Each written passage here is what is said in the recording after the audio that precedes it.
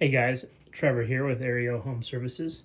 Just wanted to show you a couple things on this water heater that you guys can look out for on your own units, just to make sure you're not going to have any problems or surprises. A good thing to check periodically is look up here at the water supply lines. You can see that there's some corrosion, maybe some other signs, even of a little bit of a leak here on this one.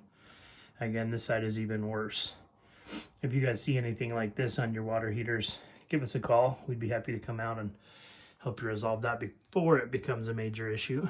Another thing that you can see is missing from this water heater is a device called a thermal expansion tank. That is a small round tank, somewhere about the size of a propane tank, just a little bit smaller. Usually they're either blue or sometimes they're this kind of same color of gray or a little bit of an off-white. You'll usually see them somewhere up here, sometimes even just mounted directly to the water heater.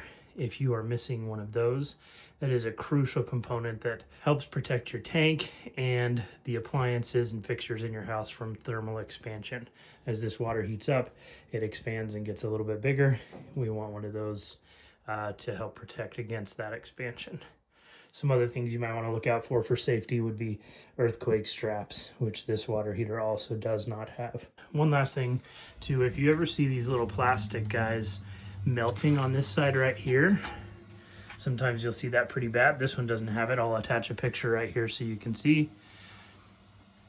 That's a sign that the draft is actually coming out of here because there's maybe an issue with the drafting of your water heater.